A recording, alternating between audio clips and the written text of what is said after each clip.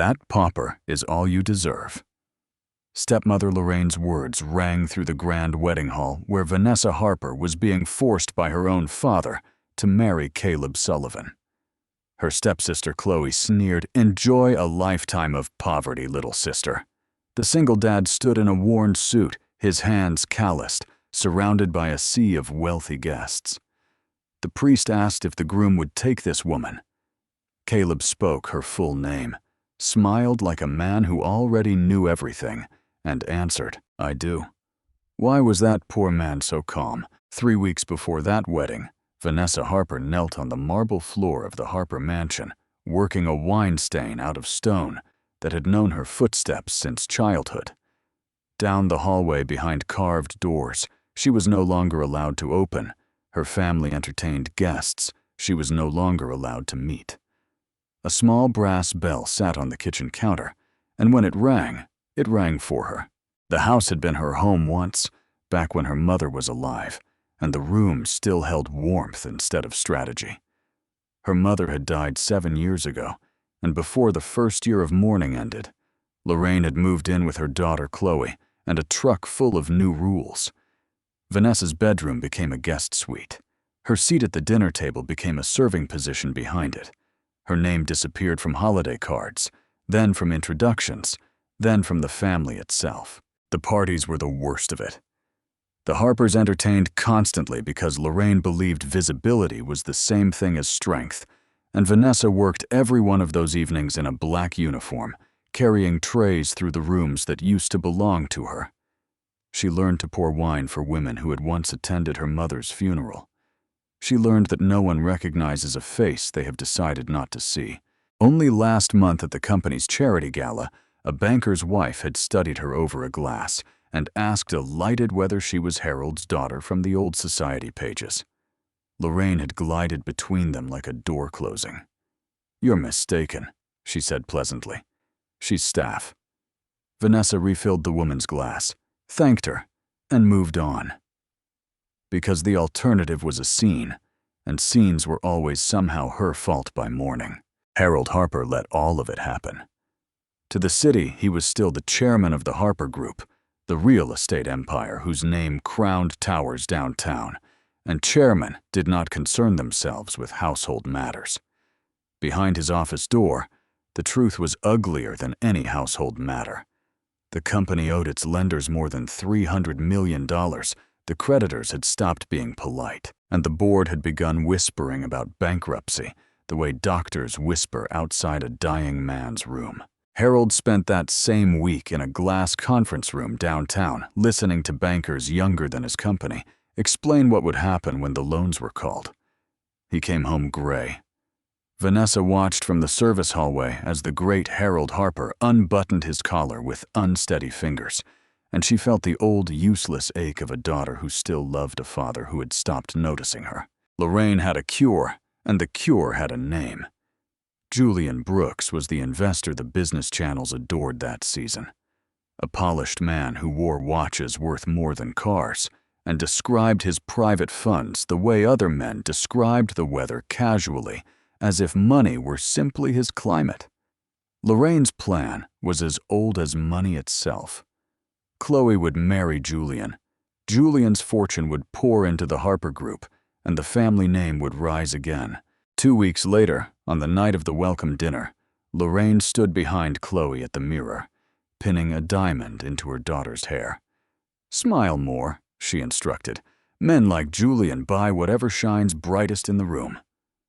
Then she turned to the doorway where Vanessa waited with a tray of glasses, and her voice dropped 10 degrees. "You will serve, you will keep your eyes down, and you will not open your mouth unless a guest hands you an empty plate.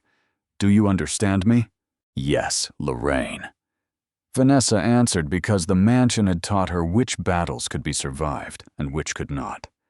She had learned to fold her anger the way she folded linens neat and out of sight. But her mother had left her something older than obedience. Kindness, her mother used to say, is not weakness. It is the only wealth no one can repossess. The dinner filled the mansion with candlelight and borrowed confidence. Harold laughed too loudly at everything Julian said. Chloe glowed in a red dress that cost more than the kitchen staff earned in a year, and found reasons to touch Julian's sleeve each time she spoke. She recited the vineyards she had toured and the galleries she adored, and Julian nodded along with the patience of a man sitting through a presentation he had heard in other houses.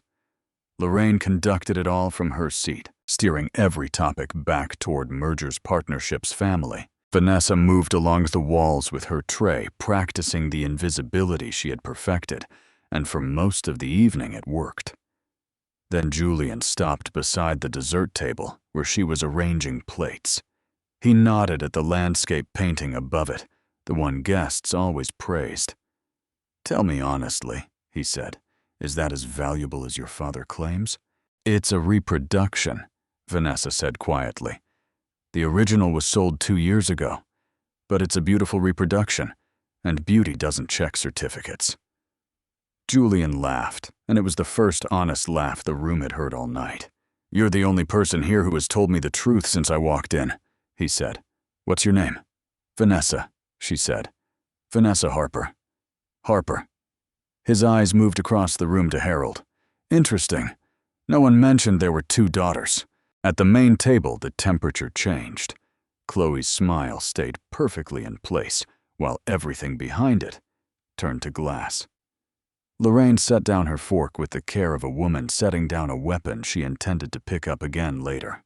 Julian found his way back to Vanessa twice more before midnight. Near the terrace doors, he asked about the roses along the south wall, the only unruly corner of a manicured estate. "My mother planted them," Vanessa told him. "The gardeners keep trying to tame them, and I keep asking them not to. Some things are better loved than managed." Julian looked at her for a long moment. "That's the first sentence anyone has said in this house that wasn't rehearsed," he said, and there was something tired underneath his polish when he said it. The last time he simply returned an empty glass and thanked her by name. It was nothing, or it should have been nothing, ordinary courtesy drawn toward the one person in the house who was not performing. But in a home where everything was strategy, nothing was permitted to be nothing. The last car pulled away after midnight. The front doors closed. In Harold's study, the knives came out. "She slipped him her number." Lorraine delivered the sentence before Harold had even poured his drink. "I watched her corner him by the terrace, whispering, touching his arm. Your daughter spent the evening throwing herself at the one man who can save this family." Chloe entered on cue, mascara artfully ruined. She told him I was fake daddy. She laughed with him about my dress. She has always hated me, and now she is trying to steal the only thing that was ever mine. They summoned Vanessa from the kitchen, where she was still drying glasses. She stood in the study doorway in her apron and heard the accusation with a calm that cost her everything. "Father, that isn't true," she said. "He asked about a painting. He asked about Mother's roses. I answered him. That was all." "You see how she lies?" Lorraine said softly. "Even now, even to your face." She crossed the room and set her hand on Harold's shoulder, and her voice turned patient, almost gentle, the way it always did when she was closing a sale. "Julian Brooks does not attach his name to families with scandals, Harold. 40 guests watched him laugh with the wrong daughter tonight. By Friday, the whole city will have an opinion about it. Decide which daughter this family can afford." Harold would not look at Vanessa, believing his wife was cheap, believing his daughter would cost him $300 million, and desperate men always choose the arithmetic. "The engagement dinner is in 1 month, he said to the window. "Until then, every hour you spend under this roof is a risk this family cannot afford." Lorraine was ready, because Lorraine had been ready for years, waiting for the night Harold's spine would finally give. "There's a man," she said smoothly. "The housekeeper's church knows of him. Caleb Sullivan, a widower from the east side, works with his hands, keeps to himself. A single father, poor as dust, but presentable enough on paper. He'll take her. Men like that cannot be choosy." "Then she marries him this week," Harold said. Vanessa heard her future assigned in the same tone her father used to approve invoices. "Father, please look at me," she said. "I did nothing wrong." For one moment, his eyes lifted, and she saw something flicker there. Shame, perhaps, or the memory of the man he used to be. Then it drowned. "Then this will be easy for you," he said, and turned back to the window. That night, she packed a single bag. She owned little worth taking, but she wrapped her mother's photograph in a scarf and placed it on top. For 5 days, they kept her in her room like evidence. On the third day, a seamstress arrived with one of Chloe's rejected gowns and pinned it to fit, and Chloe came to watch from the doorway eating grapes. "Look at you," she marveled. "The Harper heiress remade as a poor man's wife. Honestly, white suits surrender." Vanessa held still for the pins and said nothing, because silence was the only room left that belonged to her. The wedding came in a grand hall downtown, because Lorraine understood theater better than she understood anything else. A quiet courthouse signature would only have removed Vanessa. A public ceremony could bury her. Lorraine filled the pews with society wives, board members, and gossip columnists, every set of eyes that mattered in the city, so that word of the fallen Harper daughter would travel everywhere. Julian Brooks did business, and the family's problem would be witnessed and closed. They delivered Vanessa to the hall, the way freight is delivered in a borrowed gown, a size wrong at the shoulders. Harold arrived separately and stationed himself near the front, checking his watch like a man attending a closing rather than his daughter's wedding. At the doors, Lorraine inspected her one final time. "That pauper is all you deserve," Lorraine said. Beside her, Chloe leaned close enough for her perfume to sting. "Enjoy a lifetime of poverty, little sister." No one offered an arm, so Vanessa walked the aisle alone, past murmurs that moved faster than she did. The whispers had already finished with the groom. "A nobody from the east side," someone breathed. "Works construction," said another. A single father added a third voice with that particular pity that is really contempt wearing gloves. A columnist in the fourth row wrote without looking down at her notebook. The man waiting at the altar wore a gray suit gone thin at the elbows, pressed with obvious care, and shining with obvious age. His hands were calloused. His shoulders were unbowed. His eyes were the steadiest thing in the building, and the room's laughter broke over him like weather he had long ago stopped noticing. When Vanessa reached him, he inclined his head slightly, as though they were being introduced at a garden party instead of a public execution. Lorraine could not resist a final performance. She turned toward the nearest pews, her voice pitched to Carrie. "A failure for a disgrace," she announced. "You must admit it is a perfect match." Laughter rippled down the rows. Chloe lifted her phone and framed the altar with care. The heiress and her poor single dad.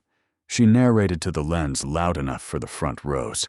Doesn't poverty photograph beautifully? Through all of it, the groom watched Lorraine with a faint, unbothered attention, the way a man watches rain from indoors. And something in that calm made her smile falter for half a second before the laughter carried it forward again. The priest cleared his throat, and the ceremony moved past Vanessa like water until the question arrived. "And do you, sir, take this woman to be your lawfully wedded wife?" The groom turned to face her fully. "Vanessa Harper," he said, and he spoke her full name the way people speak the names of things they have been searching for. Then he smiled unhurried and unbothered, like a man who already knew everything: the room, the mockery, the ending. "I do." The priest turned to her, and the hall leaned in, hungry for tears. Vanessa understood that she could still run through those doors into the street, into nothing, because there was no room anywhere behind her that would take her back. For one breath, the despair was total, the kind that hollows the knees, and she let herself feel all of it. Then her mother's voice crossed 7 years to reach her. "Dignity is the only thing they cannot take, my love, unless you hand it to them." So Vanessa lifted her chin, looked at the stranger who had spoken her name like an answer, and gave her a vow in a voice that did not shake. "I do." The ring he slid onto her finger was a thin, plain band still warm from his hand. The applause that followed was not applause at all. It was the sound of a city enjoying a fall. Lorraine glowed. Chloe typed her caption.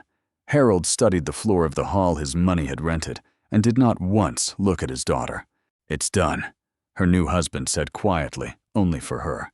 He offered his arm. "You did well."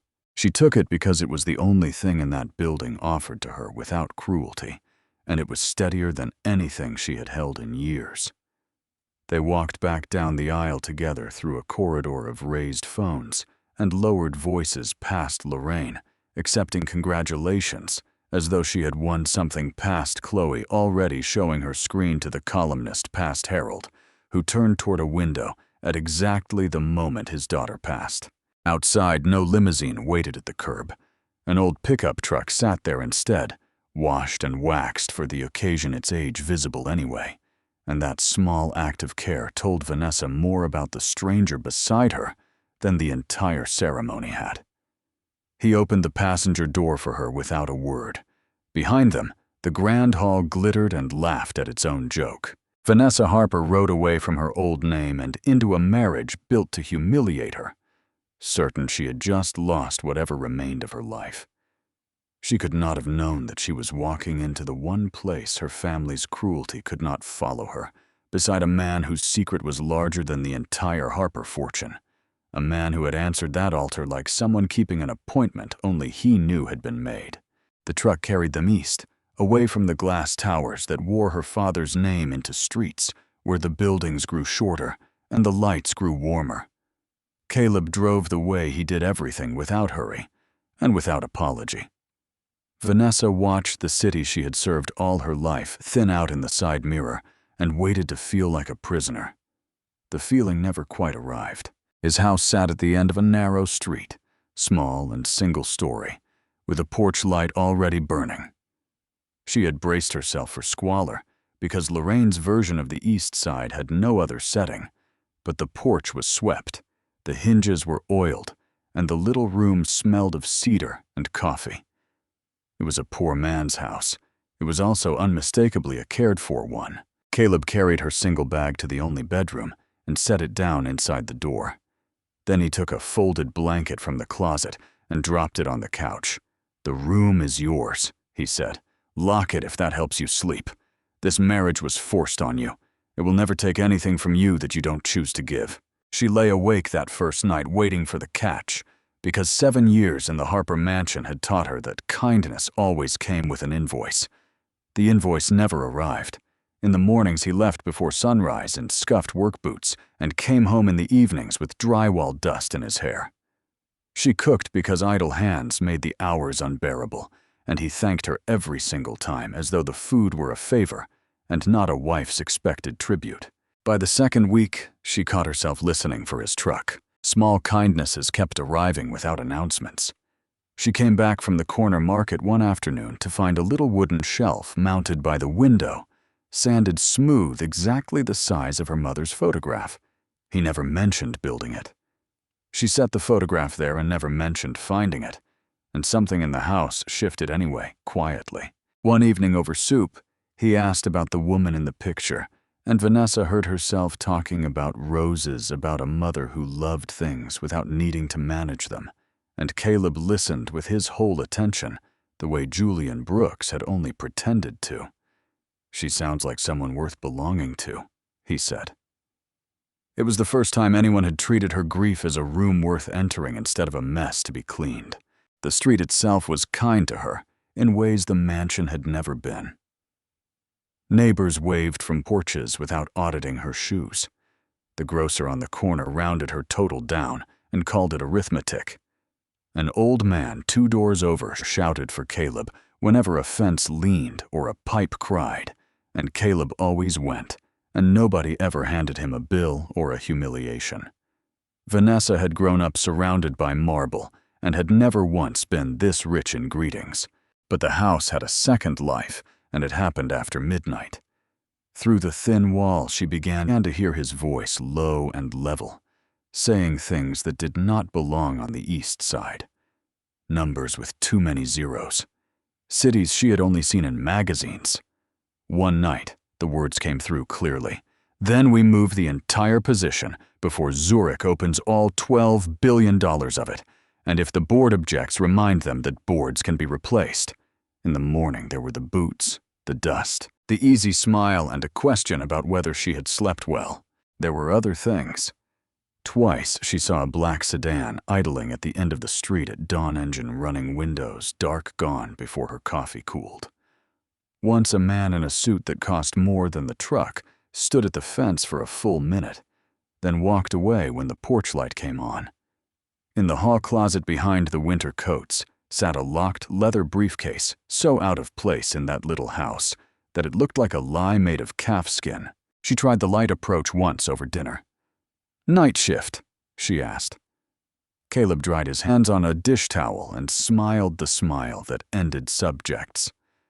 "Old obligations," he said. "Nothing that will ever touch you." She let it go because the piece of that house was the first piece she had ever owned, and she was afraid of what asking might cost her. News from the mansion reached her anyway. The old housekeeper called in secret from the pantry, her voice a whisper wrapped in worry. The engagement was being rushed. Mr. Brooks pressed for dates for announcements for signatures on partnership papers, and Lorraine floated through the halls as though the money had already landed. Meanwhile, the bankers had stopped calling and started arriving in person with folders. Then came the night that split her world in two. Vanessa woke thirsty at 3 in the morning and found the kitchen light on, and her husband standing at the counter with a phone to his ear, and the man speaking was not the man who had built her a shelf. "The minister's objections are noted and irrelevant," he was saying in a voice with no East Side in it at all. "You will have the votes by Thursday, or you will have me on your runway Friday. Announce it after Tokyo closes. No, that decision is not being discussed. It is being obeyed." The floor betrayed her with a single creak. Caleb turned, spoke 3 quiet words into the phone, and lowered it. And for one long moment, she stood face to face with a stranger wearing her husband's calm. Then the stranger folded itself away like a document returned to its case. "You should be asleep," he said gently, and offered to warm her some milk, and the man from the East Side was back, as if the other one had never existed. The very next morning, the miracle broke on the news. Hours before the Harper Group was due to file for bankruptcy, its entire debt, more than $300 million, was paid in full through a holding company that no journalist could trace and no bank would discuss. The lenders confirmed the money was real. The payer remained a ghost. The mansion erupted into celebration and arithmetic. There was only one billionaire seated at the Harper table, so the ghost was given Julian's face, and Julian let it stay there, smiling modestly, denying nothing, accepting toasts with a small bow. Lorraine crowned him the family's savior in front of 100 guests. Chloe posted a photograph of her hand in his with a caption about destiny. The engagement dinner was set for the following week. Vanessa read the headline 3 times at the kitchen table, with her heart hammering for a reason she could not say aloud, because the payment had cleared the morning after the phone call she was never meant to hear. She stopped asking herself who her husband was. The question had changed shape entirely. Why would a man who moved $12 billion before breakfast, sleep on a couch on the East Side, drive a dying truck, and let an entire city laugh at his shoes? And why, out of every woman in that laughing city, had he stood at an altar and spoken her name like an answer? She asked him that night, plainly, with the dishes still wet in the rack. "Who are you, Caleb?" He dried a plate with terrible patience before he answered. "Your husband." She stepped closer. "Who else?" He set the plate down, and for a second, the kitchen had the temperature of that 3 in the morning phone call. "There are people still watching me," he said quietly. "The day I can answer you, you will understand why I couldn't sooner. Until then, what you don't know keeps you standing outside the blast." "Outside," Vanessa repeated. "You have just described my entire life.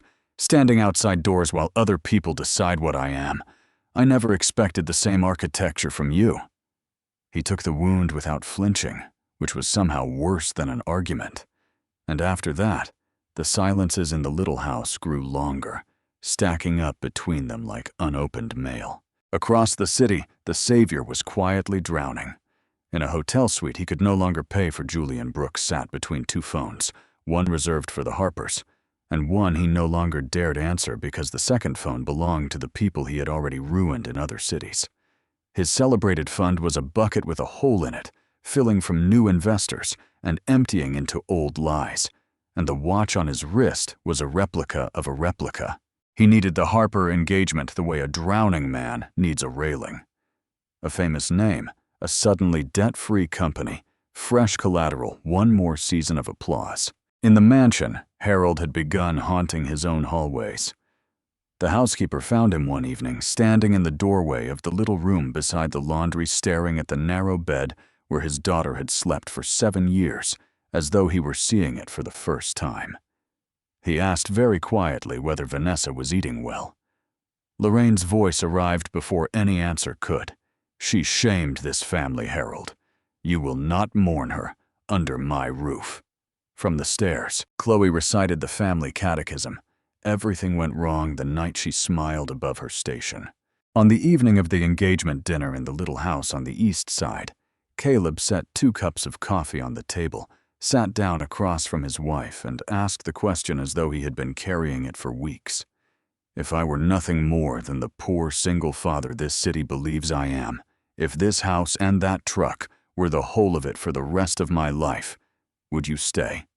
The unfairness of it closed her throat before the answer fought its way through. I have never once counted your money, Vanessa said, and her voice shook on its way to steady. I lived in a mansion where I was furniture. I know exactly what money is worth and exactly what it is not. I would stay poor beside you for 50 years, Caleb. What I cannot do is stay outside. You stood in that hall and heard them price me like cattle. You know every corner of my humiliation, and I do not even know who I married. You still do not trust me. That is the only poverty in this house. He looked at her for a long moment, and whatever was about to surface in him never got the chance because that same hour across the city, the engagement dinner was arriving at its toast. Chloe stood in ivory beneath the chandeliers with a ring already catching the light, and Lorraine lifted her glass to the man who had saved them all. The doors opened before Julian could speak. The men who came through wore good suits and grim faces, investors' lawyers, and behind them, a state investigator carrying a folder, and the press poured in after them like water finding a crack. The collapse took 11 minutes. The famous fund was empty. The celebrated returns were other people's deposits recycled. There were warrants in 2 states under 2 different names. Julian Brooks stood in the wreckage of his own toast, repeating the word gentleman, while an appraiser's letter was read aloud describing his watch as counterfeit, like nearly everything else above his shoes. Chloe's scream cracked against the chandeliers, and through Harold's mind ran a colder sentence than any scandal, a sentence with no floor under it. If Julian never had $1, then who paid $300 million? They came to the east side the next morning, all 3 of them, and the narrow street had never seen a car like Lorraine's. Harold stood on the porch looking smaller than his name. Vanessa, he began, and the sentence he had rehearsed in the car collapsed in his mouth. Come home. Please, I was... The word wrong was visibly forming when Lorraine swept past him through the door without waiting to be invited. This is your doing, Lorraine announced, and there was no grief anywhere in her, only fury looking for a wall. You cursed this family the night you flirted above your station, and now we are humiliated twice in 1 season. She turned on Caleb, who stood by the window with his coffee unhurried as ever. And you, a failure in a borrowed suit playing house with a Harper. Tell me, did you enjoy the view from our gutter? Chloe stepped in behind her mother mascara, ruined for real this time. Even ruined, we are more than this shack, little sister, she said. Look around you. This is what your sincerity bought. Then Lorraine opened her handbag and threw a banded stack of bills onto the floor at Vanessa's feet, the paper band splitting the money fanning out across boards Caleb had sanded by hand. $10,000, Lorraine said. A fortune to a man like him. Take it, sign the divorce papers, and come back where this family can watch you. Every pauper has a price." Caleb looked down at the money on his floor, and what crossed his face was not anger. It was something close to pity aimed at everyone in that room except his wife. "You should keep that," he said quietly. "You are going to need it." Vanessa stood in the middle of all of them, the family that had sold her the husband. She could not read. The money lying on the floor like an insult with a serial number, and felt every unanswered question of the past month converge into a single unbearable weight. "Get out of our house," she said, and her voice did not rise, which made it worse. Harold flinched at the word "our." He was the last one out, turning on the porch as though to say something, and then he was gone.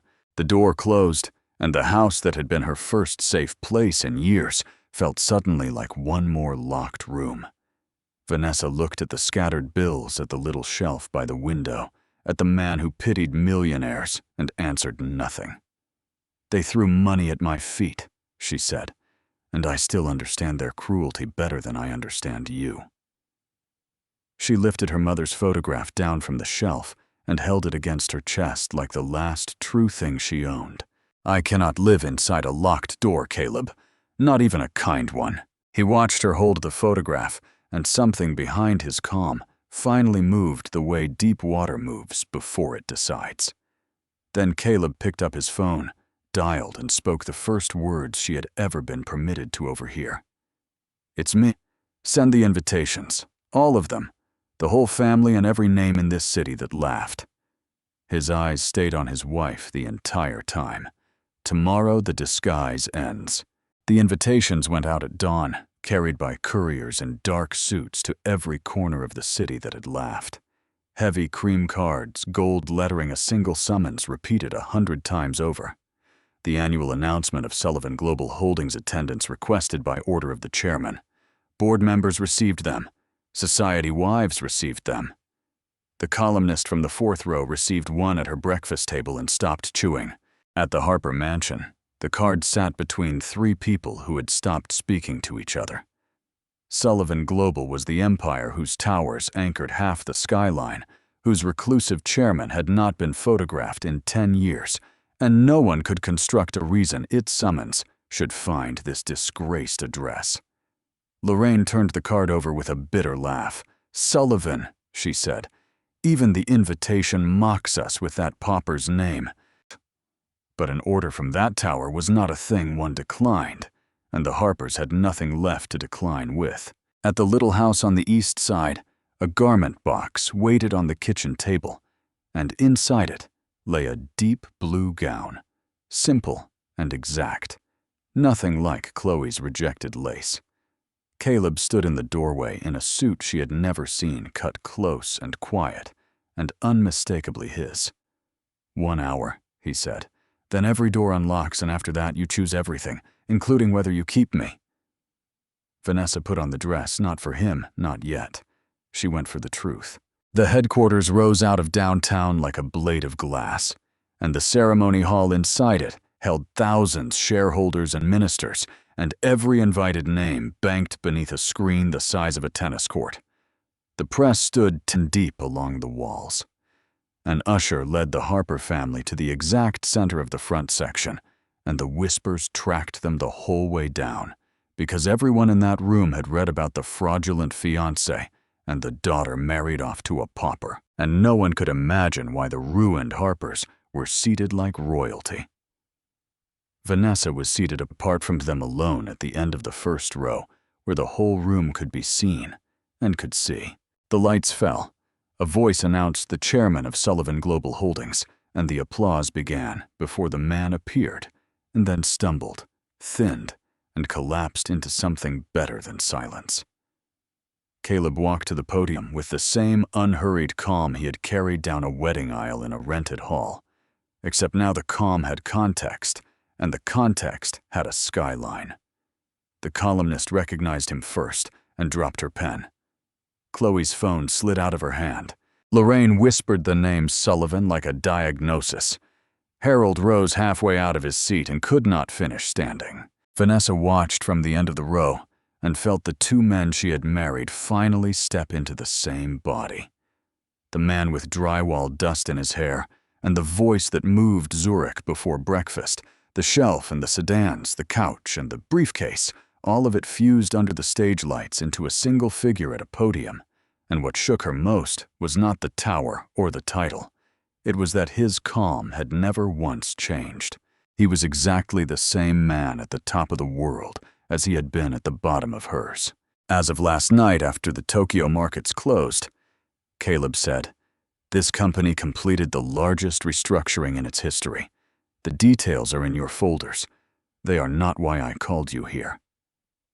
He looked out across the hall, and the screen behind him bloomed with light. "For one season I disappeared. Tonight I would like to introduce you to the people who taught me why." The first truth came quietly. He had been born on the east side, 3 streets from the house he still kept, and when the deal of his life required the chairman of Sullivan Global to vanish from every camera on Earth, he had gone home to the only place that had ever known him as a man, instead of a market event. The name they mocked was his own. The rest, the poverty, the borrowed suit, the widower's story, even the word single father printed into the paperwork of a man who did not exist, had been armor-built so thoroughly that even the church that recommended him knew only the armor. The black sedans at dawn, he added mildly, had been his own security watching over a street that had no idea what it was hosting. The second truth had a folder. On the screen appeared the celebrated face of Julian Brooks beside 2 other names, 2 other photographs, all of them to his. "8 months ago, my auditors began tracing a fund that fed on families in trouble," Caleb said. "The evidence delivered to state investigators last week was assembled in this building. As of 7 o'clock this morning, Mr. Brooks is in custody. He was arrested at the bus terminal traveling light." A sound moved through the hall that was not quite laughter and not quite applause.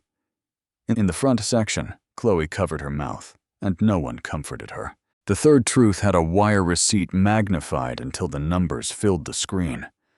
The untraceable holding company that had paid more than $300 million of Harper Group debt hours before bankruptcy, traced by no journalist and discussed by no bank, resolved on the screen into a single signature. His. Caleb let the hall absorb it before he looked directly at Harold Harper for the first time. "I did not save your company, Harold," he said. "I bought my wife's peace. There is a difference, and I need you to hear it stated publicly." Harold sat down the way old men sit down all at once. The fourth truth he introduced with an apology to the room for its ugliness. "When my auditors cleaned the Harper books, they found something older than the debt." The screen changed, and Vanessa stopped breathing. A trust agreement drawn up years ago in her mother's handwriting and her mother's name for her. $4 million set aside by a dying woman for her only daughter to be released on her 25th birthday. Beside it, the withdrawal records began to scroll. 7 years of them. Transfers, jewelry sales, gala budgets, a signature repeating over and over at the bottom of page after page, and the signature said, "Lorraine Harper, forgeries." Lorraine announced to the hall, standing magnificent for one final second. Then her own handwriting rolled past at the height of a building dated and witnessed and notarized, and the word died. The state investigator from the engagement dinner rose from the 3rd row, walked to the stage, and accepted a bound file from Caleb's hand in front of every camera in the city. Lorraine remained standing because sitting down would have been a confession, and standing had become one anyway. Beside her, Chloe was staring at her mother as though the woman had changed species. "The dresses," Chloe said to no one in a voice the microphones caught anyway. "Paris, my car. All of it was hers." No one answered her, and that was the answer. Something in Chloe's face came apart that had been assembled over a lifetime, and what looked out from behind it was younger and much more frightened. Then Caleb left the podium. He came down the steps, past the investigator, past the ruins of the Harper front row, and stopped in front of his wife, and the hall, full of thousands, went so quiet it rang. The disguise began as protection, he said only loudly enough for her, which meant every soul in the room leaned in. But that is not why it lasted. It lasted because I was afraid. I wanted to be certain I was loved as a man and not as a ledger, and so I let you live inside a test you never agreed to take. You sat across from me in a small kitchen and told me you would stay poor beside me for 50 years, and even then I kept the door locked. That was cowardice wearing patience. I am sorry, Vanessa. He held out his hand, palm open, nothing in it. The day your family went looking for the poorest man they could find. I asked the church one question. Why would anyone throw this woman away? The answer described someone who had served 7 years in her own house without once turning cruel. I said yes at that altar because I already knew what your family never learned. You were the only fortune in it. Vanessa rose slowly, and the room prepared itself for a fairy tale, and she declined to provide one. I answered your question at a small kitchen table over 2 cups of coffee going cold, she said, and her voice was level in the way of things that have been decided. 50 years poor or not, I meant it then, and I mean it now. So understand me clearly. I am not staying for the tower or the wire receipts or the name on this building. I am staying for the man who built a shelf the size of a photograph and never mentioned it. But there is a condition, and it is not negotiable. Every door open, from today until the end. Every door, Caleb said, starting today. She put her hand in his, and the thin plain band caught the stage light, the same ring from the rented hall, never once removed. I married a poor man, Vanessa said loud enough now for the microphones, and I intend to keep him.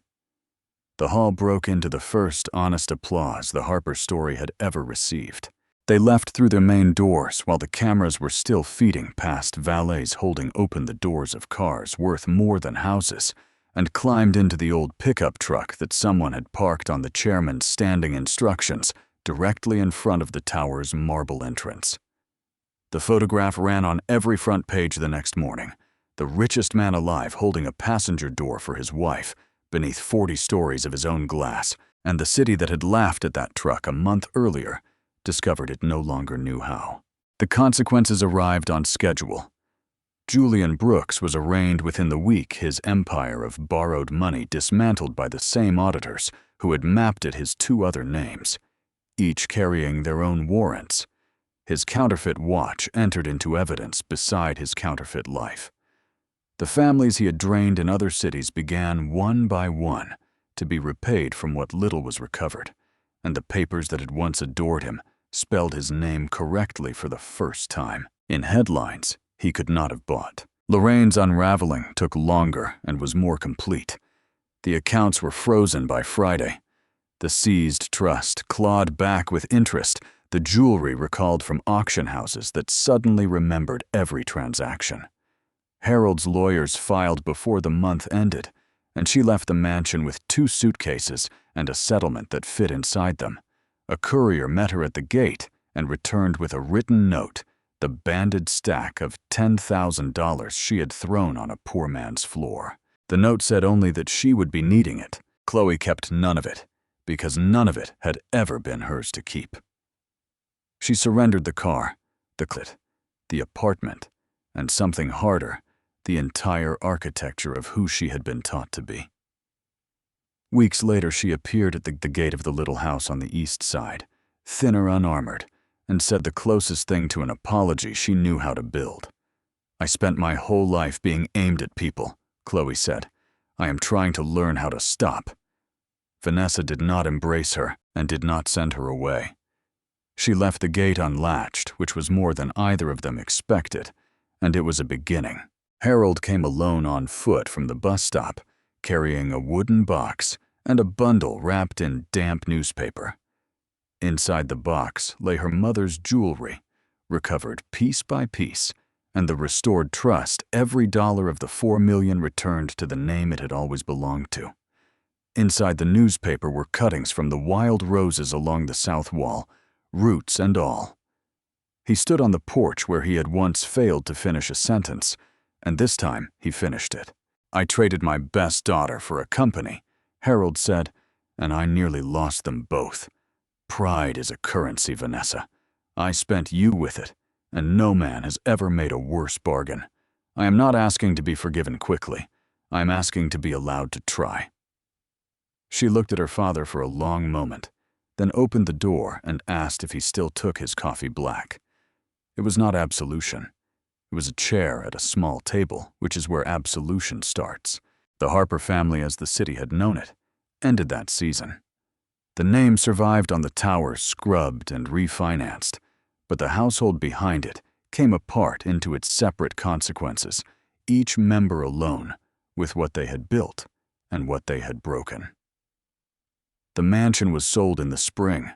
The new owners, people said, tore out every hedge and kept only the wild roses along the south wall, because some things are better loved than managed. Vanessa and Caleb kept the little house. The tower downtown was where he worked, with his face now on its lobby wall, but the east side was where they lived, where the grocer still rounded down, and the old man 2 doors over still shouted for Caleb whenever a fence leaned. The midnight calls moved to the kitchen table, taken in full view in the daylight voice and the Zurich voice, both with her hand within reach of his. Her mother's photograph stood on the little shelf by the window, and beneath the window, that first spring, her mother's roses took root and climbed. People who heard the story always asked Vanessa the same question: when had she learned that her husband was the richest man alive? She gave them the same answer every time, and meant more by it than they took. She had learned it the day she came home to a shelf, built exactly the size of her grief, by a man who never mentioned it. The city had priced a man by his suit and a woman by her obedience, and it had been wrong twice in the same church. Greed dressed itself in pearls and lost everything. A lie wore a beautiful watch and went to prison. And 2 people who had nothing but honesty between them turned out to be holding the only currency that never crashes.